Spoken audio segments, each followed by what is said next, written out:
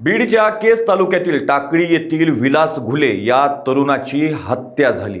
या प्रकरणातील आरोपींना अटक करावी या मागणीसाठी गेले 3 दिवस रास्ता रोको आंदोलन करण्यात येत होतं। काल विलास घुले यांचा मृतदेह 9 तास पोलीस ठाण्यासमोर ठेवण्यात आला। रात्री मुख्यमंत्री देवेंद्र फडणवीस यांनी ओबीसी आंदोलक लक्ष्मण हाके यांना फोन करून वस्तुस्थिती जाणून घेतल्याची माहिती हाके यांनी दिली आहे। यावेळी आंदोलकांच्या भावना त्यांनी मुख्यमंत्र्यांना सांगितल्या।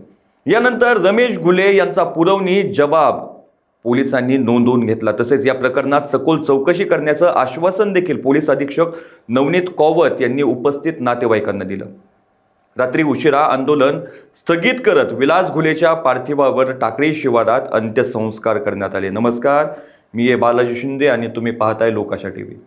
या प्रकरणात खासदार बजरंग सोनवणे यांचा मुलगा सौरभ सोनवणे याच्यावर गुन्हा दाखल करण्याची मागणी आंदोलक करत होते। त्यानुसार आता पुरवणी जबाबात घेण्यात आला असून यामध्ये चौकशी करून पुढील कारवाई केली जाणार आहे। या प्रकरणाचे राजकीय पडसाद जिल्ह्यात उमटत आहेत। हा प्रश्न आमदार धनंजय मुंडे यांनी सुद्धा लावून धरला। त्यामुळे खासदार विरोधात आमदार यांच्या समर्थकात आरोप प्रत्यारोपाच्या फैडे झाडल्या। या प्रकरणी मंगळवारी केज शहरात कडकडीत बंद पाळण्यात आला होता। शेकडो ग्रामस्थ रस्त्यावर उतरले होते। विविध ठिकाणी रास्ता रोको आंदोलन करण्यात आले। अंबाजोगाई मार्गावरील वाहतूक काही काळ ठप्प झाली होती। दरम्यान विधानसभेतही या प्रकरणाचे पडसाद उमटले।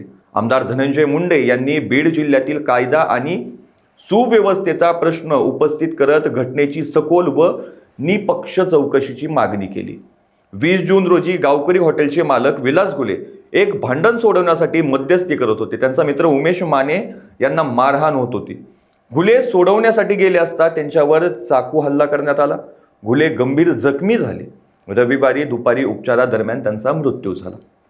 या प्रकरणात बाबासाहेब कदम, मंगेश कदम, रामेश्वर गायकवाड, शुभम गायकवाड, भैयासाहेब गायकवाड, बंकट कदम, नवनाथ कदम, दीपक कदम आणि संतोष कदम या 9 जणांविरुद्ध गुन्हा दाखल करण्यात आलाय।